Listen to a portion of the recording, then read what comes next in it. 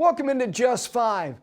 Over the last couple of years, there have been a lot of people who have voiced concern about the meritocracy of the game of golf at the highest levels being compromised or maybe even sacrificed to some varying degrees. And I'm not going to argue that it hasn't, because we're seeing a signature series event, which is a subset of events inside the overall schedule on the PGA Tour, which is smaller fields. Less players means, less opportunity. And inside those fields, half of them don't even have cuts, which to me is what the great divider about elite professional golf is. Because if you're not good enough, there's jeopardy associated with it. If you don't play well enough the first 2 days, you don't get to perform and improve on the weekend. So we've seen some of that. But what we've also seen is that talent is not going to be hidden forever. And also that you may find yourself in a bad place, in a place that makes you think that maybe your own golfing mortality as a professional is maybe being threatened. And I think back on that great scene in Wall Street when Hal Holbrook's character pulls Bud Fox aside right before he's getting handcuffs slapped on him, and he says, "Bud, man stares into the abyss, and there's nothing staring back at him. And that is the moment that man finds his character. And that keeps man out of his abyss."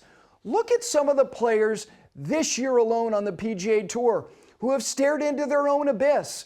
Guys like Michael Kim, somebody who thought, my gosh, maybe not only am I never going to win again, I don't know if I have a future making a living in this game. He's in the top 20 in the FedEx Cup standings. How about someone like Brian Campbell, who nobody knew anything about when he showed up in Mexico and he won the golf tournament? And then how about people who deal with injury, like Daniel Berger, who was on a United States Ryder Cup team and now finds himself maybe in a position again to represent the United States once again on a Ryder Cup team.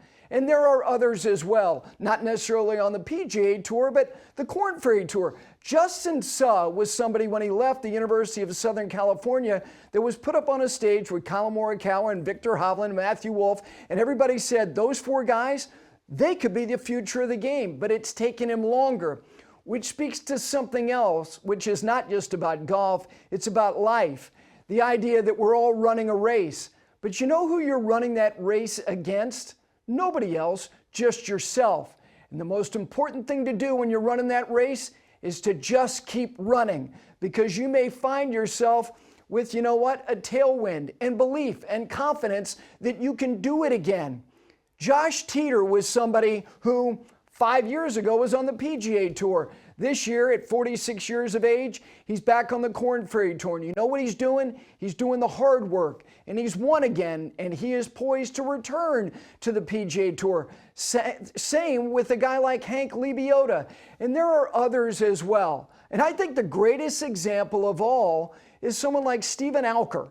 Stephen Alker, between whether it was the Korn Ferry Tour or the PGA Tour, played for the better part of 25 years as a golf professional. And over the course of that time, he did enough to keep the lights on and pay the electric bill. And all that time, while making over 300 starts on the Korn Ferry Tour, he won 4 times and he made a little bit over $1.4 million. And then you couple that with his PGA Tour earnings over the last 20 years, it was less than $1 million. So combined, that's 2.2. You know what he's done since he's turned the age of 50? He's won 9 times on PGA Tour champions, button heads with the likes of Ernie Els and Steve Stricker and Miguel Angel Jimenez. And he's made over $10 million. That is somebody who always had the belief that somehow, some way, I'm going to make a living in this game. And let me end with this. Rory McIlroy, he's as good as anybody, right? But did he ever think maybe at some point that it wasn't going to happen and he wasn't going to win the career Grand Slam and maybe he was never going to win another major?